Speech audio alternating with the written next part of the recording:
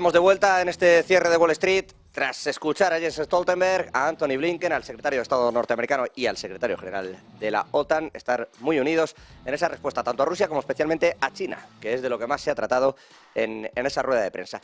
Llevo toda la semana esperando este momento para preguntarle a nuestros contertulios del día de hoy, a nuestros invitados, por el dato de PIB de España del año 2022, que no sabemos exactamente cómo hacer el encaje aquí, pero estoy seguro de que salimos... Si hoy yo no salgo con una explicación, es que no la hay. Me permitan y vamos saludando directamente. Pedro Casares, portavoz de Economía en el Partido Socialista. ¿Qué tal? ¿Cómo está? Muy bien, encantado de estar con vosotros. Bueno, tenemos también a Alberto Oliver de Más Madrid, a Percival Manglano del Partido Popular y a Inés Cañizares de Vox. Gracias a todos. Voy a empezar por Pedro, a ver si la explicación a ustedes les vale o no les vale. Y sobre todo, si salimos de dudas, porque... se habló de un crecimiento del 5,5 en el pasado año. El INE, si uno mira solamente, si coge el dato cortado, de dónde estábamos en inicio de 2022 y dónde terminaba 2022, sale como un 2,7, bueno, y sin el cómo. Y entonces hay como efectos contables, hay algo que se arrastra. Exactamente cómo se llega a un 5,5 de crecimiento para que lo entendamos. No, yo creo que es muy sencillo, ¿no? La forma de contabilizar el crecimiento del PIB es la misma para toda Eurostat. Es estadística oficial de la Unión Europea, homologada. Todos los institutos de estadística de cada país tienen que cumplir la misma norma para luego tener estadística comparada y homologable. Y en el caso de España, yo siempre pongo el foco, como no sé si a algunos no les gusta el dato del buen dato de crecimiento económico del 5,5%, pues discutimos la fuente, el organismo, la institución, pero lo cierto es que es una buena noticia que España haya crecido un 5,5 y en cualquier caso, cuando comparamos con el resto de países de nuestro entorno, todos lo han medido de la misma forma y siempre comparado con el año inmediatamente anterior, que es el 2021. ¿Es por ese diferencial de crecimiento en los primeros meses del 22 con respecto al 21 que se crece tanto? Sí. Y esto es una explicación que a ustedes les convence y es así y nadie se cuestiona un 5,5 de crecimiento.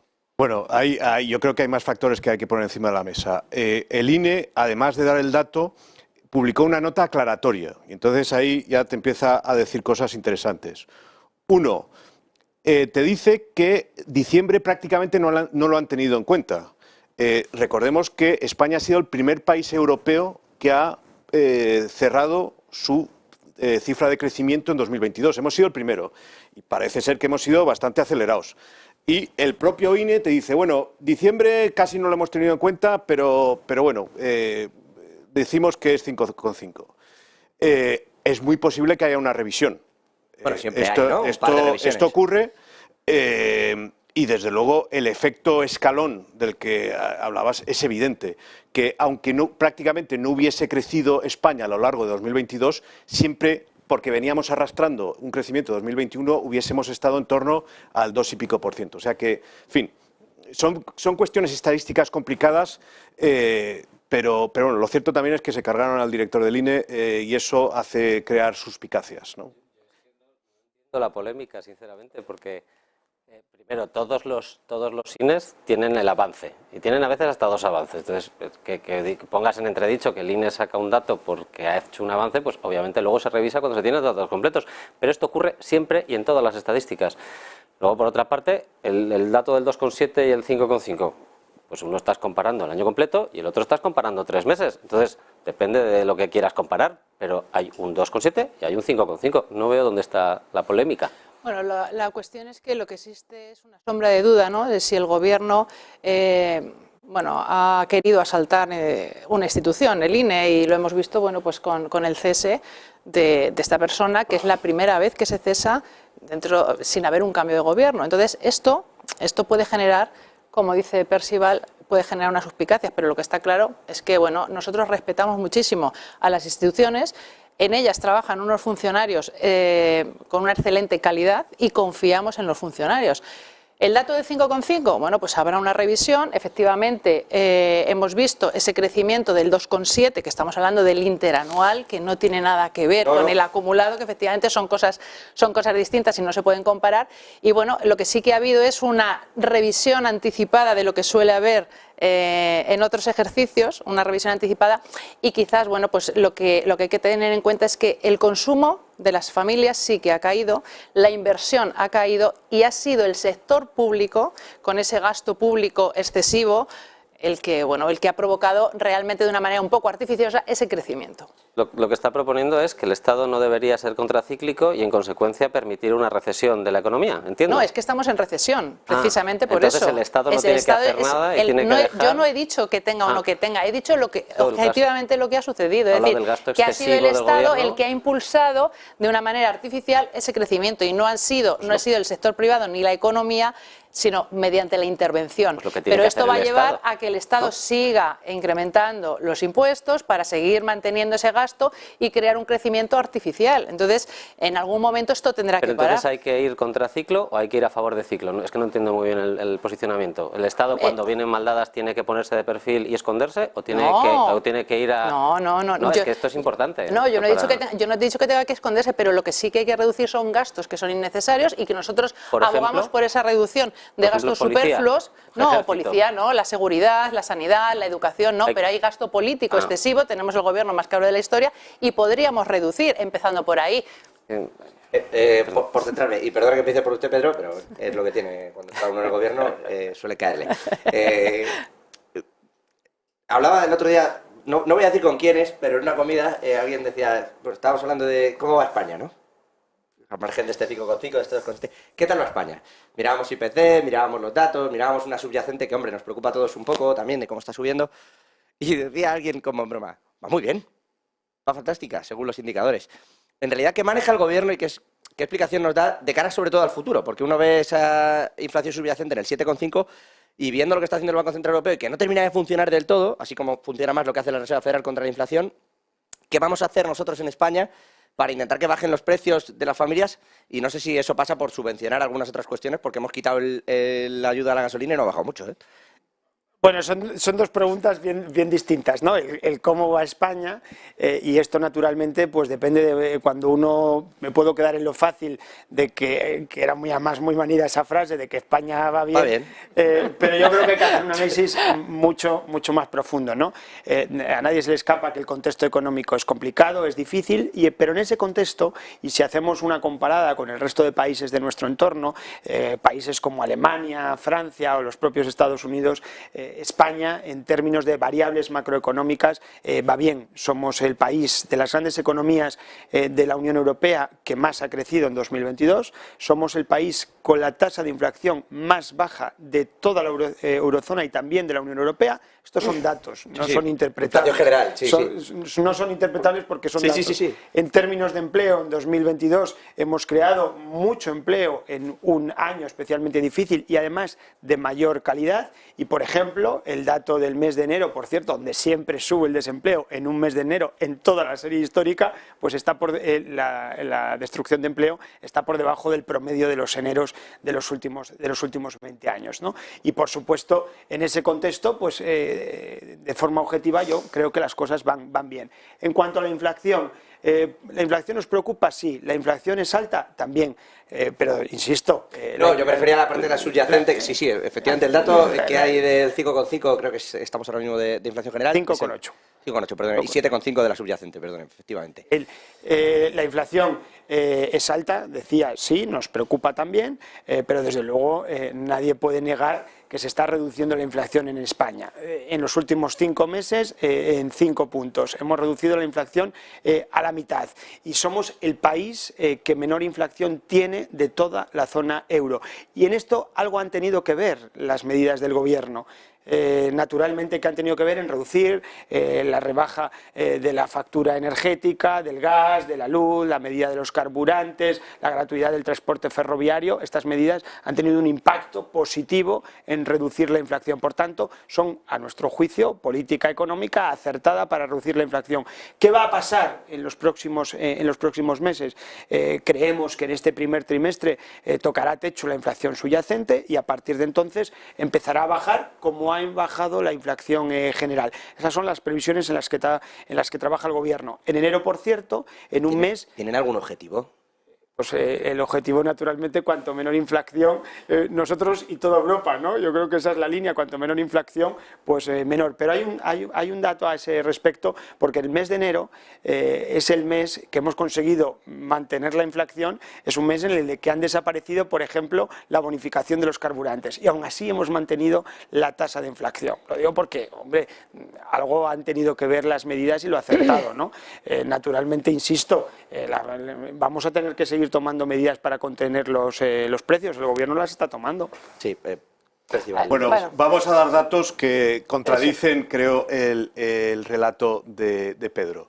Hablemos de datos. Hoy mismo la OCDE ha publicado unos datos que son muy relevantes, y es que en términos de renta disponible, España es el país cuya renta disponible más ha disminuido en toda Europa, en la OCDE desde el año 2019. Ha bajado un 8%, seguido de Portugal un 4%.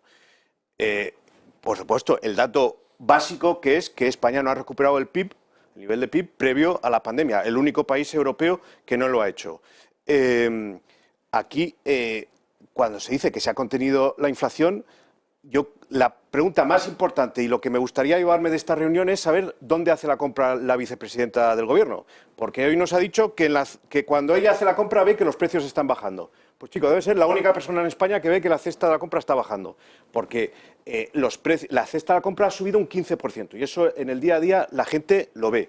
Y en términos de impuestos, y con esto termino, se ha bajado, decías que se ha quitado la bonificación de los combustibles, claro, pero al mismo tiempo se han subido nuevos impuestos. El impuesto al plástico, que está afectando a todos los productos que se venden en los supermercados. Claro, es que por un lado se está quitando bonificaciones y por otro lado se está subiendo impuestos. Eso y el control de la inflación, yo siento discrepar, tiene bastante poco que ver con el Gobierno y mucho que ver con el Banco Central Europeo y con la subida de tipos de interés. Eso sí que está teniendo efecto en la inflación. Lo que me gustaría es un poco, interpelar a Pedro en el sentido siguiente, y porque, tú hablas un poco, es el grupo que sostiene al Gobierno, y ahora se habla del IPC general, estamos en el 5,8%, y sin embargo la subyacente la dejamos al margen. Cuando hablamos del IPC cuando hablamos de la subyacente no se tienen en cuenta cuestiones coyunturales y extraordinarias. Cuando hablábamos del IPC, ni energía ni alimentos frescos. Efectivamente, entonces estamos hablando de una inflación estructural, es decir, que ya no depende del contexto ni de la coyuntura, sino que es estructural. Entonces, si estamos ante una subida de precios muy importante, que normalmente la subyacente estaba hace un año en el 2%, entonces en ese momento en el que el IPC estaba en un 10 o en un 9 y pico, el Gobierno se acogía a que la subyacente era muy baja y que se daban las circunstancias porque eran extraordinarias y que como consecuencia de eso teníamos unos precios elevados y que bajarían. Y ahora precisamente lo que está sucediendo es lo contrario, es decir, que la estructural es la que está subiendo. Entonces, ¿qué ocurre? Que efectivamente los precios están subiendo de manera estructural, no al mismo ritmo están subiendo los salarios, por supuesto, sí están subiendo los impuestos. ¿Y qué ocurre? Que los parches, de alguna forma, que ha puesto el Gobierno, con bajadas de IVA, con eliminación de impuestos, que por cierto, nosotros las propusimos un año antes, y por eso siempre decimos que cuando nos copian aciertan, al final es una cuestión coyuntural, pero los precios, si tú vas eliminando las bonificaciones y los impuestos vuelven a estar en la situación en la que estaban antes de esa rebaja, vamos a tener unos precios muy elevados. ¿Qué vamos a hacer ante esa situación? Y además, ¿qué ocurre? Que la inflación es un impuesto oculto que hace que realmente las familias sigan perdiendo poder adquisitivo y sin embargo el Gobierno, que ya se lo propusimos, no ha deflactado, por ejemplo, el IRPF para acomodar esa pérdida de poder adquisitivo, cuando realmente la cesta de la compra, la misma, hoy te va a costar lo mismo y por tanto la renta, esa renta mínima que tú necesitas para sobrevivir es mucho más elevada. Sí, Alberto.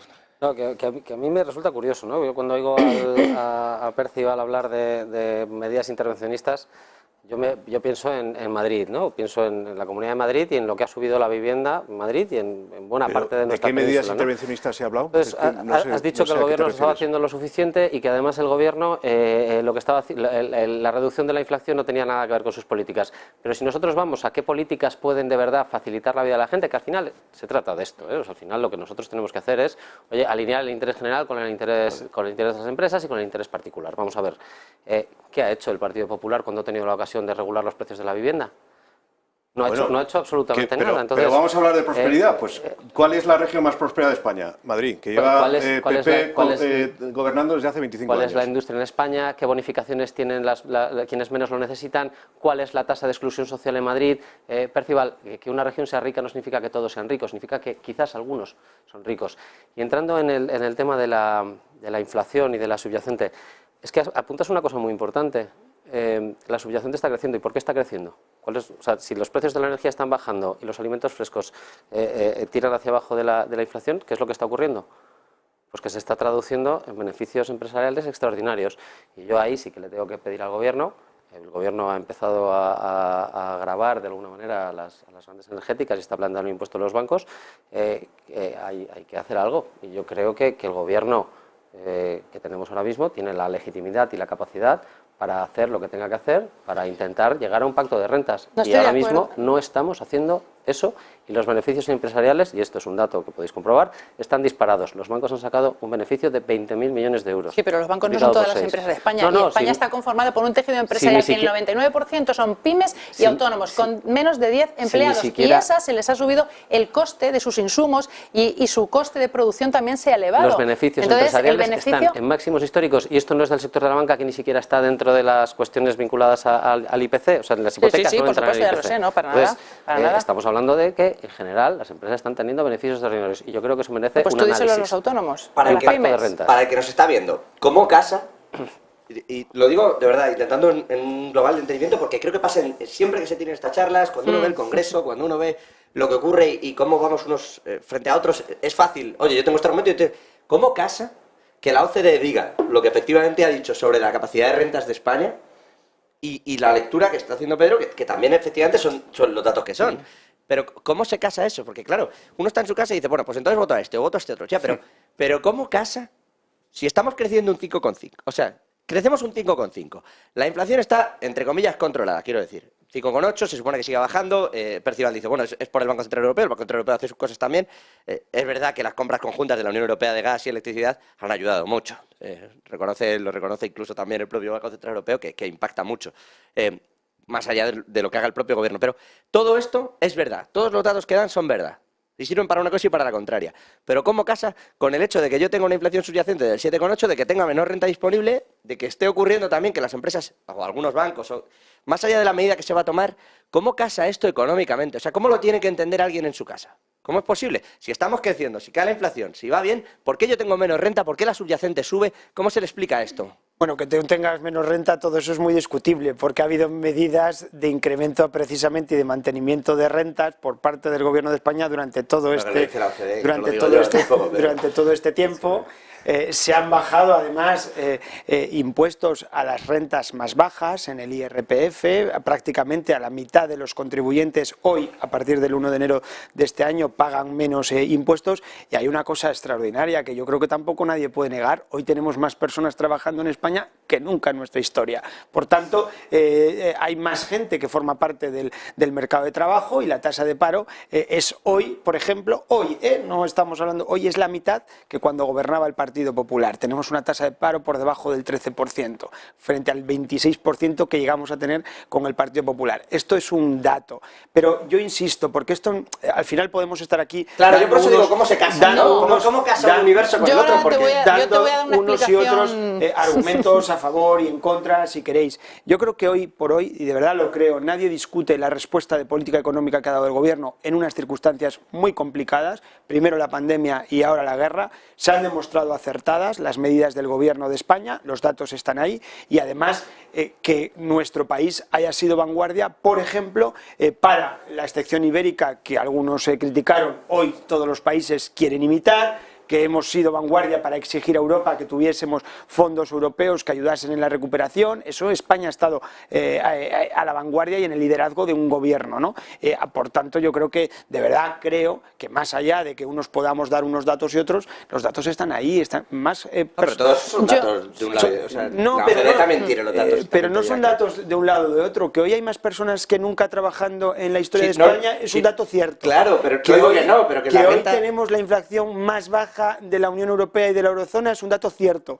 Que España es el país que más ha crecido de las grandes economías de la Unión Europea, es un dato cierto. Y algo todavía más importante que todo lo que hemos hecho en 2022, es que las previsiones de la OCDE o del Fondo Monetario Internacional sitúan a España como la economía que más va a crecer en 2023, que vamos a seguir creando empleo a pesar de las circunstancias y que la inflación va a seguir bajando. Por tanto, además a futuro las cosas parece que pintan bien para España. Lo digo porque estamos aquí continuamente pronosticando el apocalipsis que no acaba de llegar, todo lo contrario, ¿no? Los datos de la economía española van bien. Mira, yo por contra, es decir, lo que dice, él no está mintiendo. No, por eso Él no está mintiendo, él está diciendo, él está dando una serie de datos de manera un tanto sesgada. Entonces hay que completar la información, es decir, hay que completar la información. Efectivamente, ¿se ha creado más empleo? Sí, pero ¿qué empleo? ¿Quién ha creado más empleo? El sector público más que el sector privado al que se le está expulsando del mercado de trabajo. Los despidos este mes se han disparado, vamos, en el último año un 67%. ¿Por qué hay más contratos indefinidos? Porque está prohibido hacerlos temporales. Eso no quiere decir que las horas trabajadas con la productividad haya crecido. Hablamos del PIB, efectivamente, somos el país que más ha crecido, pero fuimos el que más bajamos en PIB, o sea, el que más caímos. Claro, pero si más yo que los de la Unión Europea. Entonces, o sea, yo intentaba meter esos datos por lo que decía Perciban también, claro, de, ojo, somos el único país de Europa que no recupera el PIB. Si tú partes de una situación de peores condiciones, creces más, pero lo que está claro, y esto también no es discutible, es que no hemos llegado todavía al PIB anterior a la pandemia y que la renta disponible que tienen las familias hoy es inferior a la que tenían en 2019 y que además la deuda pública que tenemos es 1,5 billones. Es decir, que desde 2020 los españoles, cada uno de nosotros, debemos 5.500 euros más de lo que debíamos. Y la deuda, aquellos que dicen que no, que critican a los capitalistas, la deuda soberana, la deuda de un país también hay que pagarla. Por tanto, cuanto más nos endeudemos, más estaremos en manos de ese capitalismo voraz del que algunos quieren huir.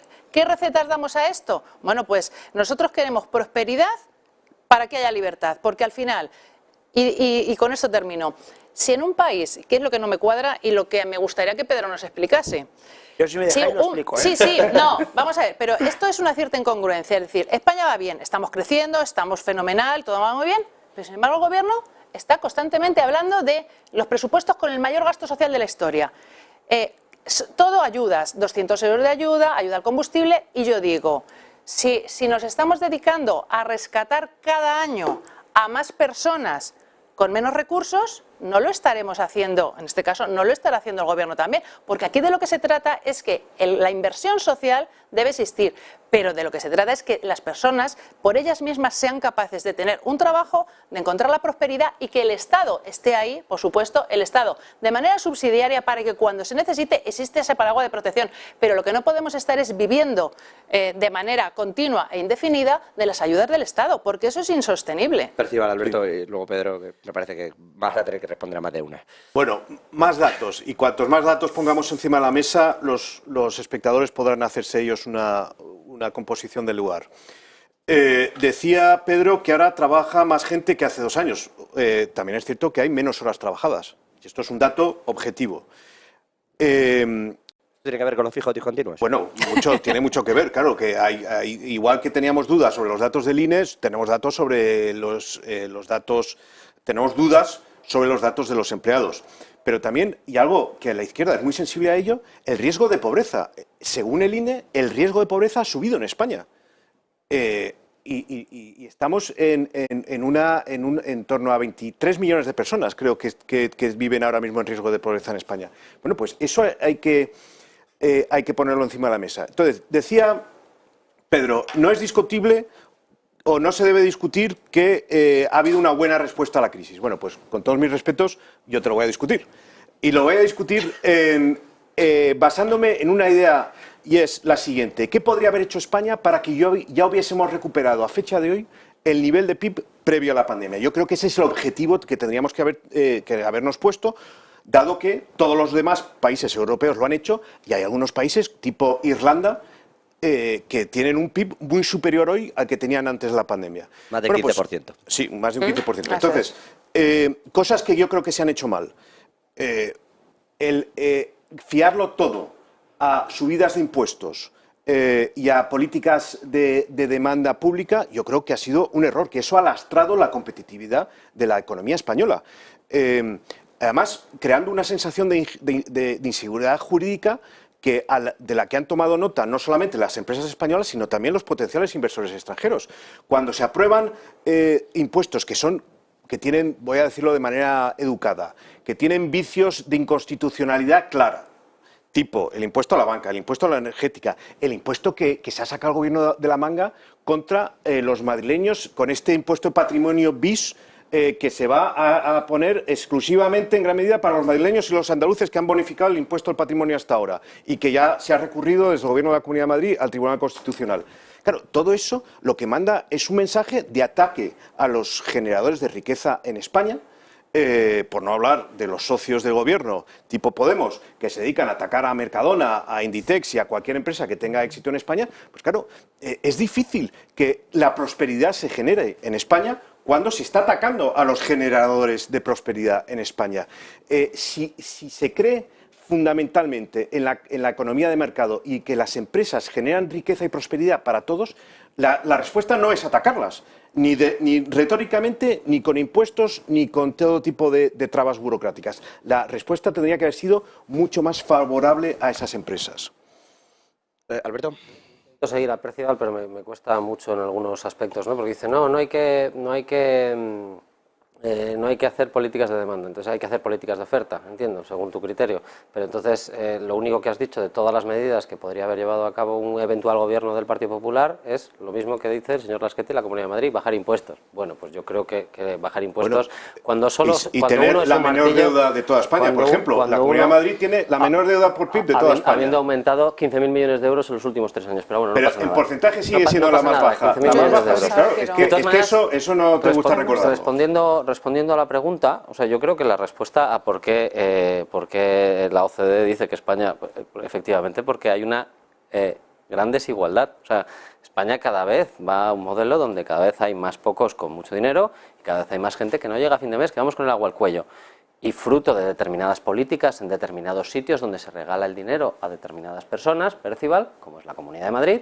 ¿Se regala el dinero a ciertas personas? Sí, el dinero de los impuestos se regala a determinadas personas. La Comunidad de Madrid deja de recaudar 5.000 millones de euros. ¿El dinero de quién es? ¿Es del contribuyente o es tuyo? La gente porque si el dinero es del contribuyente no le estás regalando nada. El dinero es suyo. ¿Qué es esto de que tú le regalas su propio dinero al contribuyente? ¿Cómo pagamos la sanidad? ¿Cómo pagamos? Es que el punto de partida es muy importante. ¿De quién es el dinero? Esto de que te apropies tú el dinero de los contribuyentes... Hay un punto que es muy interesante en el discurso de Percival, en este caso, donde parece ser que la gente genera riqueza porque a pesar de todas las condiciones. No, vamos a ver, usted tiene un transporte, usted tiene una educación. Aquí los empresarios de nuestra región se benefician de una educación de muy alta calidad. Tienes unos transportes públicos excepcionales. Que lo reconozcas. Tienes transportes públicos excepcionales, tienes carreteras, tienes una sanidad que cada vez va peor, pero todavía eso se sostiene. Y tienes una educación pública que te permite sobrevivir, cada vez menos, todo se ha dicho. Entonces, ¿qué pasa? ¿Que la riqueza se genera así de la nada? ¿Un tío ahí haciendo cosas en la montaña? No, vives en una sociedad. Entonces, cada vez hay más desigualdad. Hablabais de fijos discontinuos. Vamos a ver, hablabais de fijos discontinuos. Pues los fijos discontinuos yo creo que están bien incentivar que se haya hecho así. Ahora hay gente que tiene la posibilidad de acceder a cosas que antes no tenía, por ejemplo, una hipoteca. Entonces, ¿eso no es un problema contable? Aprovecho a Pedro, que además sé que estamos ahí en una hora que te tienes que ir volando. Si no está cobrando dinero, ¿qué más te da tener? Está cobrando paro, ¿no? No está cobrando, en algunos casos no, porque no tiene cotización suficiente. Por ejemplo, ¿tú puedes pedir una hipoteca? Pero tú puedes pedir ¿Como fijo discontinuo puedes pedir una hipoteca? ¿Pero la puedes pagar? Es que no es una cosa de que la puedas pedir. Depende del trabajo que tú quieras, no quieras coartar la libertad de las personas. Es que yo no quiero fijos discontinuos, es que yo quiero fijos continuos, que trabajen todo el año. Pues mira, eso, si yo quiero ser profesor de esquí los meses de invierno, pues puedo ser fijo discontinuo, por porque supuesto que en sí. verano seré a lo mejor socorrista y seré fijo discontinuo en un sitio y en otro sitio. Pero el hecho de ser fijo discontinuo no es una cosa que haya inventado este gobierno, que eso existe hace 1000 años. Y tampoco la contabilidad no ha cambiado tampoco. Bueno, estás atacando la contabilidad de una cosa que no ha cambiado en realidad. Pero los fijos discontinuos son lo mismo que los trabajos temporales antiguamente, de 6 meses aquí, 6 meses allá. Solo que ahora le hemos cambiado el asunto y no bailan algunas cifras, ¿no? No, dos consideraciones. Los fijos discontinuos se llevan existiendo desde 1985 eso es. y contabilizando, como contratos, y contabilizando de la misma igual. forma.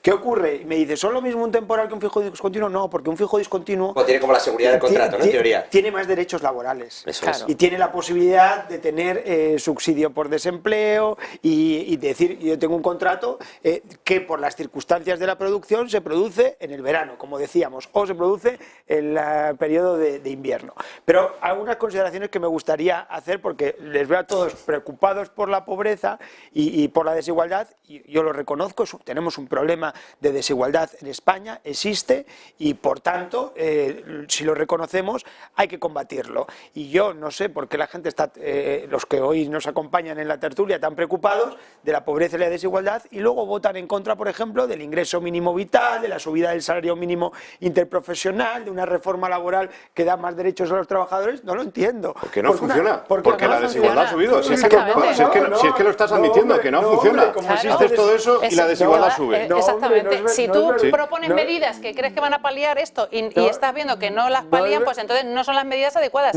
Mira, Pedro, si tú no quieres... perdón. No es verdad. O sea, los problemas existen y podemos mirar para otro lado.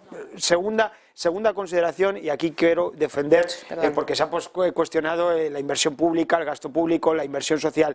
Yo de verdad creo que hoy la mayoría de los que nos están viendo, de los que nos están siguiendo, valoran la respuesta de inversión y de gasto público que ha hecho este gobierno, tanto en la pandemia como ahora en Ucrania, de mantenimiento de las rentas con los ERTE, la prestación de cese de actividad para los autónomos, el reforzamiento de políticas sociales. Eso es el gasto público. Hoy millones de trabajadores y de trabajadoras o de autónomos saben que a ellos les ha beneficiado estas políticas de gasto público que yo defiendo. O, por ejemplo, el refuerzo de la sanidad pública, de la educación, de los programas de refuerzo educativo. Para esto ha ido el gasto público. Por tanto, yo sí reivindico la inversión pública en un momento como el actual. Lo digo porque es que estamos siempre discutiendo el gasto público y ha ido para esto, de verdad. Y una tercera consideración sobre el futuro. Vamos a ver.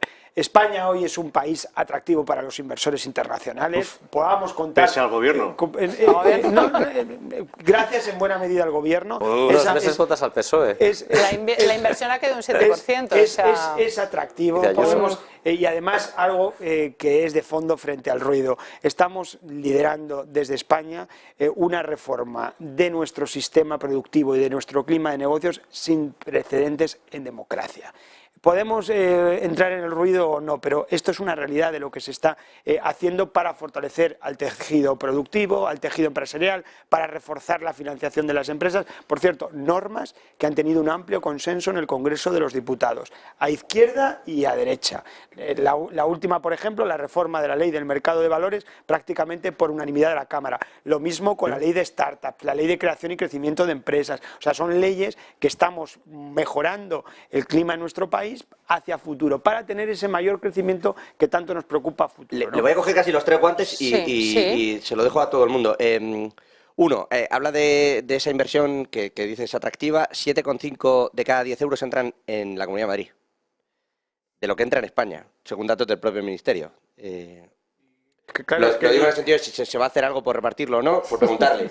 No como una crítica, sino se va a hacer algo al respecto, se va a intentar diseminar. No, perdone, no. Me parecía crítica respecto al impuesto, se hablaba también, habían lanzado, creo que era Percival, que el tema de los impuestos a las empresas. El impuesto a la banca, ¿es algo que vamos a ver? Finalmente, el gobierno trabaja en ello con como para verlo de verdad, o vistas también, no sé si siente como unas amenazas el gobierno, estas declaraciones que también realizan los dirigentes de las entidades bancarias cuando dicen lo recurriremos, ¿no?, directamente, porque no se puede poner un impuesto a los ingresos. Entonces, le dejo esos dos detalles y creo que... Sí, este tema que yo creo que nos interesa mucho sobre el impuesto a la banca, y estos días pues yo creo que es muy bueno hablar de ello, porque hemos visto cómo 2022 cerró como el año de los mayores beneficios históricos de la banca en este país. Solo los 5 grandes bancos en este país han tenido unos beneficios de más de 20.000 millones de euros. Y en este contexto el Gobierno de España cree que es solidario, que es justo, que contribuyan con una aportación extraordinaria y temporal con este gravamen a la banca y también a las grandes energéticas. Porque en tiempos donde la crisis... ¿Sobre ingresos se va a hacer o no? En los dos casos, en unos sobre la facturación y en otros sobre beneficios, banca y energéticas. Por cierto, impuesto reclamado por la Comisión Europea y por el Fondo Monetario Internacional. Que para parece, los beneficios, que no para los ingresos. Para los beneficios. Claro, Para los beneficios. Pero fijaros, primero discutíamos el impuesto. El formato, ahora sí. que todo el mundo dice que tiene que haber un impuesto extraordinario a la banca, vamos a la forma. Y cuando tengamos resuelto la forma, iremos al final. Lo que el Gobierno de España dice, que es momento entre que todos contribuyamos, que ante beneficios extraordinarios una contribución solidaria y extraordinaria del sector. Y hoy por hoy los datos estaban avalando la posición del Gobierno. Beneficios históricos. Nunca antes la banca había tenido tantos beneficios como ahora. ¿Alguien cree que por una contribución de 1.500 millones de euros, de verdad, no creéis que la banca puede aportar 1.500 millones de euros con unos beneficios de 20.000 millones de euros? ¿De verdad? Porque este es el debate de fondo. ¿Puede la banca aportar 1.500 millones o no? Sí, claro. Yo eso discrepo, ese no es el debate de fondo. El debate de fondo no, a mí me Este es parece el muy debate de bien, a mí me fondo. parece muy bien que la banca se ha ganado mucho dinero, aporte ese dinero, pero a mí me gustaría saber si el Gobierno, que ha recaudado más que nunca en la historia, la agencia tributaria ha recaudado en este último año como consecuencia de la inflación más que nunca, está dispuesto también a hacer un esfuerzo y que ese dinero revierta en beneficio de los españoles. Y que ese dinero que vais a recaudar o que se va a recaudar de la banca, que tenga una función y realmente que vaya a quienes más lo necesitan. No le parece mal que pongan el impuesto, sino a ver dónde va a ir el dinero. Que se asegure exactamente que ese dinero va donde tiene que ir, no para intereses partidistas ni para ideología, sino para necesidades reales de los españoles, porque si efectivamente estamos diciendo que los españoles necesitan ese dinero, pues vamos a practicar, por ejemplo, por la vía fiscal, la deducción por alquiler para todas las rentas, para las más bajas, no para las más altas, o la deducción por adquisición de vivienda, que se eliminó en el año 2013, por ejemplo. Entonces, nosotros lo que hemos dicho es que si el Gobierno asegura que ese dinero va a ir destinado realmente a las personas más vulnerables, nos parece bien. Ahora, si ese dinero se va a diluir y se va a perder, no sabemos dónde, pues no estamos de acuerdo. Igual que con las energéticas. Y ya puntualizo una cuestión final. Nunca un impuesto se puede aplicar sobre los ingresos. Eso tiene visos de inconstitucionalidad, pero no porque sea a la banca, si no es a la banca, es en general, es decir, dentro del sistema tributario. Porque tú puedes tributar sobre los beneficios. Tú ten en cuenta que de los ingresos le traes los gastos. Se podría dar la circunstancia de que una empresa, no estoy hablando de la banca, estoy hablando en el concepto en general, que una empresa tenga una facturación X y luego sus gastos prácticamente sean como sus ingresos, y si tú estás cobrando un tributo sobre los ingresos, puede que la empresa entre en pérdidas. No me refiero a la banca. No es el caso de la banca, pero es que es sobre la banca el impuesto. Pero no es es que sobre los demás. pero hay que tener en cuenta el marco normativo y el Consejo de Estado, el Consejo de Estado le ha dicho al Gobierno de España que este impuesto a la banca no lo ve claro, ni en la forma de calcular, y esas prisas de hacerlo a través de una proposición de ley, es decir, las formas son importantes, y el Consejo de Estado y la propia agencia tributaria y la propia inspección y la unidad de grandes contribuyentes, que al final son los que tienen que elaborar la orden ministerial de cómo se hace el impuesto, no lo tienen claro, no saben cómo. Es decir, esto ha sido de una manera como un poco improvisada y no ha seguido los cauces legales suficientes como para que se pueda aplicar bien. Estamos en febrero, se tiene que cobrar en febrero y no vais a llegar a febrero. O sea, que las cosas hay que hacerlas bien. Vamos a verlo y sí que una puntualización. Evidentemente que hemos tenido que hacerlo rápido, claro, porque nosotros queríamos que desde el 1 de enero estuviese en vigor este gravamen temporal para poder aplicarlo, porque las circunstancias son tan excepcionales como que tenemos una guerra en Europa. Claro que en ese hay otros contexto países que también están en un contexto de guerra y no lo han hecho, o sea, que aquí cada uno toma sus medidas. Varias cuestiones. Las formas son muy importantes. Que esto si se presentase como una proposición de ley, evitando informes preceptivos y demás, nosotros nos parece que no tendría que haberse hecho así, y eso es parte del fundamento de los recursos que va a recibir esta ley. Segundo, se habla mucho de los beneficios de los bancos. ¿Cuántos de esos beneficios derivan de su negocio en España? Una parte mínima. Que eso también lo estamos obviando, que los grandes bancos españoles hoy son multinacionales, que tienen operaciones en México, en Brasil, en Turquía, en el caso del BBVA, y muchos de esos beneficios no tienen nada que ver con la situación española, simplemente están facturando mucho porque están trabajando bien en otros países y sin embargo se les quiere gravar sus beneficios aquí. Y después, no me resisto a hablar también del impuesto el patrimonio bis que han creado contra Madrid, que entró en vigor el 29 de diciembre, y se aplica para todo el año pasado. Claro, eso es parte del recurso que ha presentado la Comunidad de Madrid. ¿Cómo puede ser que un contribuyente se le diga que va a ser objeto de un devengo tributario por un impuesto que se ha aprobado el 29 de diciembre para todo el año? Claro, no ha podido hacer ningún tipo de planificación tributaria, aparte de la invasión de competencias y de tantas otras cuestiones que hacen que se tenga que combatir este impuesto. Pero, y por curiosidad, enseguida, Alberto, entonces, en realidad, que haya un impuesto a la banca, si encontrásemos una fórmula, ¿les parece a todos bien? Bueno, una fórmula, pero que respete las reglas. Sí, o sea, si se diera luego el dinero de tal manera, o si se hiciera mediante... Es que hay muchos matices. Vamos a ver. Lo digo porque la banca tiene toda la semana el impuesto de sociedades es un impuesto a los beneficios. Entonces, claro, por eso es que ya existe un impuesto sobre los beneficios. Entonces, que se haga... es cierto que la Unión Europea había hablado de estos impuestos, pero sobre beneficios extraordinarios. Entonces, ponte a definir extraordinario, cosa muy complicada de hacer. Y que, por supuesto, no se define como tendría que hacer. Hazlo tramitando la ley como debe ser, con todos los informes que tengan que emitirse, para que haya todos los argumentos necesarios para que los grupos parlamentarios podamos valorarlo como debe ser. Es que todo eso no se ha hecho. Pero si pregunto, la banca venía quejándose, y Alberto ya se ha venido quejando toda la semana, lo digo porque voy a parecer yo el defensor de la banca, que entro así en la presentación de resultados. Tienen sus abogados para que le defiendan los bancos, o sea que... Pero se venía quejando toda la semana, de hecho, bueno, yo las tuve también en la presentación de resultados de Santander, de que mientras han estado los tipos a cero, y allí se perdía dinero, nadie les dijo, anda, mira, pues perdí dinero, vamos a daros una ayuda. Bueno, insisto, que no son palabras de mi boca. Es que tampoco es verdad, porque no han perdido dinero. Ahora, de todas formas, que los tipos están en el 3%, no están remunerando las cuentas de sus Eso iba a decirles. ¿No se podría buscar una solución en la que esto se trasladara a la cuenta de depósito? Bueno, o sea, yo en mi imaginario. Es una forma de redistribuir la riqueza, ¿no? Con un impuesto, luego que no. No, claro. Es que el impuesto no es un instrumento para hacerlo. Que los bancos pongan los depósitos al tipo más alto, claro. Alberto. Bueno, a mí me ha parecido muy interesante que estemos todos de acuerdo en que el impuesto a la banca es un impuesto necesario. Creo que hay un cierto consenso en esta mesa y la verdad es que creo que es muy de agradecer. Luego, por otra parte, tengo que rebatirte. Has dicho que nadie se ha quejado cuando los tipos estaban a cero y a la banca en este país, todos los españoles le aportamos 60.000 millones de euros. Bueno, ellos dicen que son las a las cajas de ahorros gobernadas por políticos y sindicalistas, a la banca privada no. A la banca de este país se le dio 60.000 millones de euros, de los cuales nos han devuelto una buena parte de los mismos, mientras otros países de nuestro entorno han devuelto hasta el último euro. Entonces, hemos mutualizado las pérdidas entre todos, pero ahora cuando vienen los beneficios se los van a quedar ellos solos, ¿no? Yo creo y además me parecía que era el consenso de esta mesa, o sea, creo que estamos todos de acuerdo a que beneficios extraordinarios tienen que ser grabados de forma extraordinaria. ¿Cómo defines beneficios extraordinarios? Pero esto que tú estás diciendo, es muy Alberto, fácil, no es están cierto. los beneficios ordinarios y los beneficios extraordinarios, es de primero de carrera.